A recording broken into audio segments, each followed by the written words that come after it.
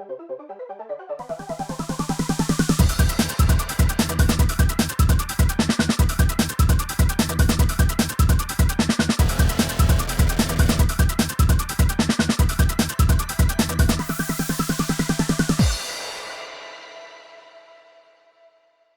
to my YouTube channel, everyone.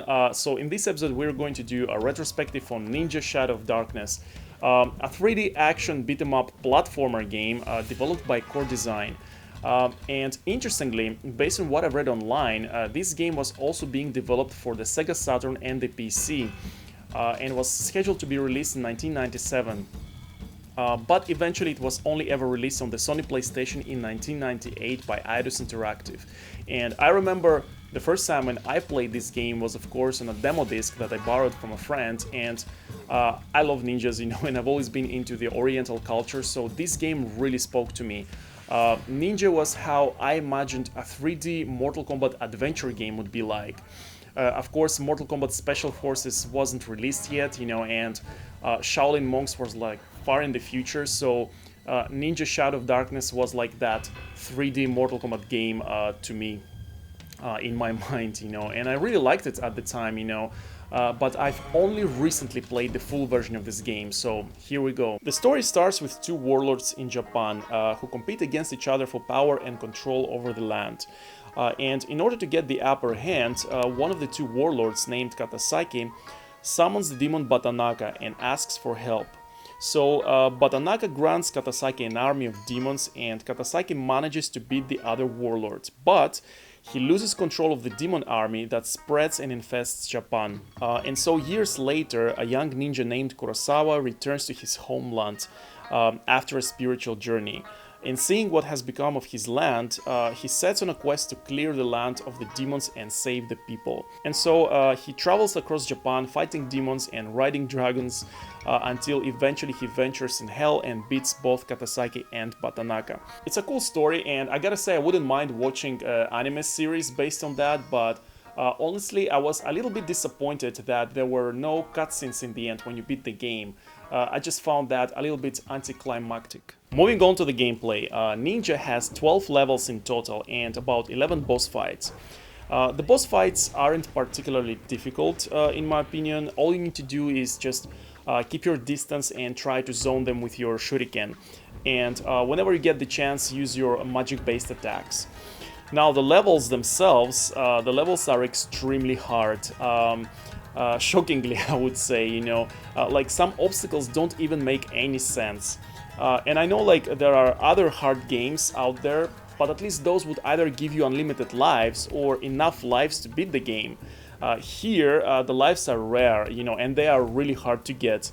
And very often you're gonna have to sacrifice a life in order to get a life, which I find a little bit discouraging and unfair. Something that I'm not a big fan of in this game is the backtracking and the size of the levels.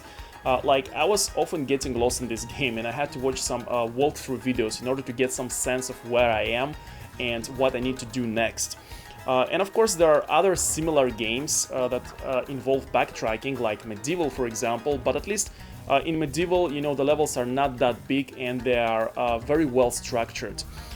Here, the levels are way too long, and when you combine the size of the levels, the backtracking, and the difficulty level, the game can feel a little bit exhausting and repetitive. My least favorite level would be the cemetery, particularly because of the skeleton enemies. When you hit them, they break in half, and you can't hit the crawling torsos with anything else but your magic powers that unfortunately you'll probably run out of. And the problem is that if you don't kill them, you can't progress within the level, it seems. So that was really pissing me off. Let's talk about the controls. Ninja is a 3D game, but you can't use the analog stick. So the movement can be a little bit challenging and sometimes inaccurate. It definitely needs some time to get used to it, But then again, back in the days, I never really used the analog stick when playing games like Medieval or Crash Bandicoot, so back in 1998 when I first played Ninja, this wasn't really an issue to me. Although I gotta admit, like today I find it a bit awkward and uncomfortable. Like I hurt both my fingers and the controller playing this game. This game also has like Crash Bandicoot level platforming, which usually would require accuracy and fluidity, you know, but Kurosawa's movements are quite stiff, you know, and the jump is not that great for platforming. Combine that with some really bad camera angles at times, which can make the platforming quite challenging in this game. I don't think they really thought about it when designing the platforming elements in Ninja. The combat system. Ninja is, of course, a beat-em-up game primarily, so you have some combos that you can do, you can pick up various weapons, and one of the most useful attacks is the unlimited shuriken that you can use for zoning and staying alive. Then you have some magic attacks, which can be very useful during the boss fights, but also whenever you are surrounded by multiple enemies. You can also block in this game, but it's not very useful, to be honest, because you will always be surrounded by several enemies, and there will always be somebody that will hit you from the back, you know. Now, the game has a lot of different collectibles, like the coins, for example, that you can spend in the shop that is accessible to you after each level. And here you can replenish your energy, buy weapons, lives, and save the game. There are also other collectibles like gems and golden statues and stuff like that, but those don't really do anything apart from increasing your points. Because this game has like this arcade feature, you know, where you need to score high and put your initials in the end. A feature that is not really necessary in this game, if you ask me. Now, something on a bit more positive note, the presentation. I love the graphics in this game. I'm just addicted to the pixels, the blocky models, disappearing textures, you know, and all of that 3D 5th gen goodness.